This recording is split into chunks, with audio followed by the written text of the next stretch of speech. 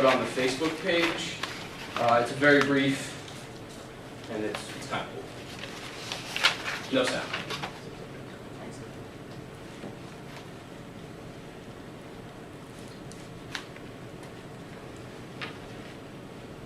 I know the pizzas don't come out that fast, but they do get cooked in around 3 to 4 minutes. So it's pretty intensive. I kind of make fun of people that work at other pizza places because, you know, their oven's probably like 350 degrees, and whenever I go to any of those places and see them spinning the pizzas, I'm just like, that's a joke.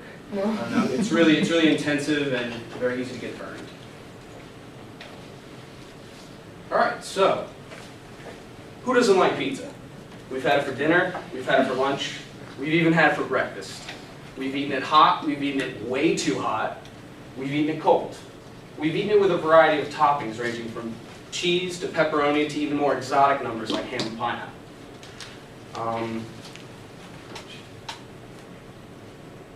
We've had thin crust, thick crust, stuffed crust, bacon stuffed crust, cheesy crust, removable cheesy crust. There's California style, Chicago style, New York style, but no style is better than Anthony's coal-fired pizza. And this is the concept that Anthony Bruno pictured right, and his cohort Michelangelo set out when they founded Anthony's Coal-Fired Pizza about a decade ago. My name is Austen Canonica. I have 3 job titles at my location in Wellington, Florida. I'm the assistant kitchen manager, the office administrator, and I've been a corporate trainer. As the assistant kitchen manager, I run the back of the house whenever my kitchen manager's not in the building. And my permanent job function is to be the hardest worker, to lead by example, and to be the captain of the team. As the office administrator, I handle all back office work that's done for the front of the house, including invoices, scheduling, budget, labor, etc. As a corporate trainer, I've gone around the country and opened up the grand openings of new locations, training kitchen staff. In this one in particular, I got to meet Dan Marino at the South Beach location, and it was very cool being able to meet him. He's a very tall individual that drinks a lot, and it was a lot of fun. It's a really rewarding experience to see all the hard work that we put into our job results into the new stores that open up. So what seems to be the problem here at Anthony's? Despite all of our successes and all the things that we do well, we do face a problem. The rapid expansion of operations at Anthony's Coal-Fired Pizza has led us to spread our resources too thin, in particular management, resulting in a lack of scope and direction to make us a cohesive organization. And this has consequences. First, employees suffer. Employees experience role ambiguity and role conflict. They don't know what their job is, they don't know how to do it, they don't know when it's supposed to be done. Some of them don't even really know what their job actually entails. And this leads to inconsistencies in our product, which is our food. This also causes inconsistencies in our service, which is the other component of our business. This in turn leads to customer dissatisfaction, like this gentleman right here. We never want our customers to look anything like that guy. So given this problem and the consequences that accompany it, I've proposed 3 alternatives as means of solution to this problem. I'll discuss each one of these in detail and then offer my recommendation moving forward.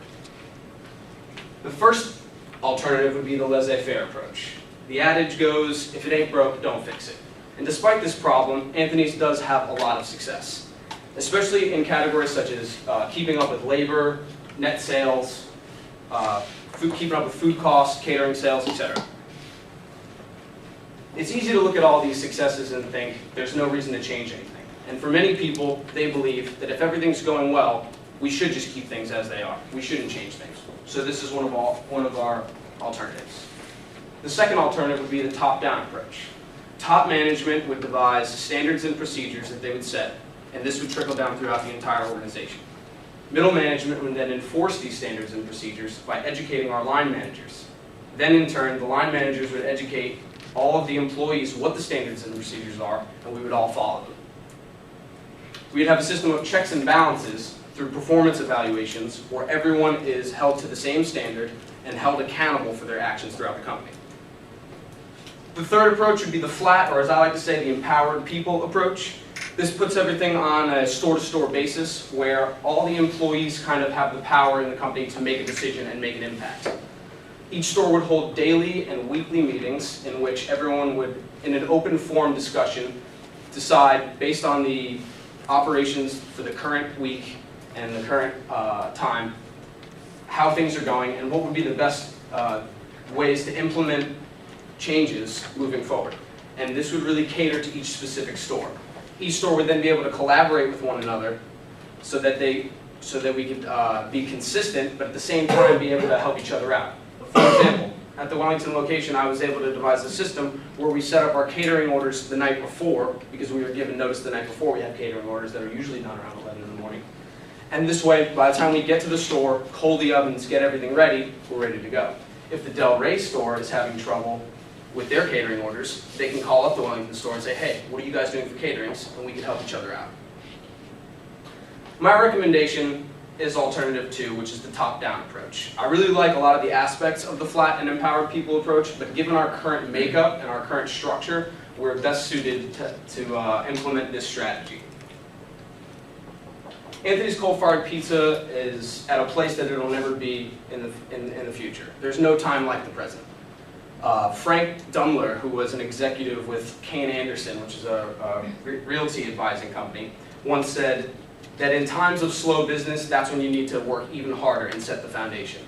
Currently, Anthony's Coal-Fired Pizza faces very little competition, especially in this aspect of making pizzas. And so it is very important that now we iron out all the kinks and that we make sure that our operations are going to be a lot better than they are currently. That way, when competitors really come into the market, we still have that competitive advantage moving forward.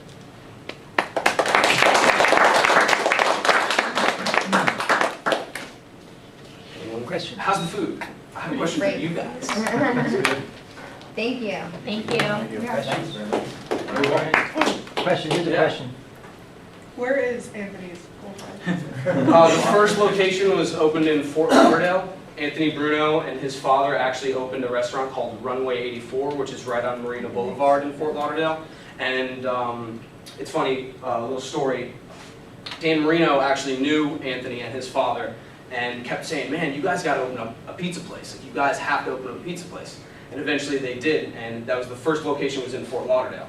And then he kept going there and he kept saying, man, I don't want to have to keep driving to go to this location. You guys got to open up more. And he said, well, give me some money and I'll do it.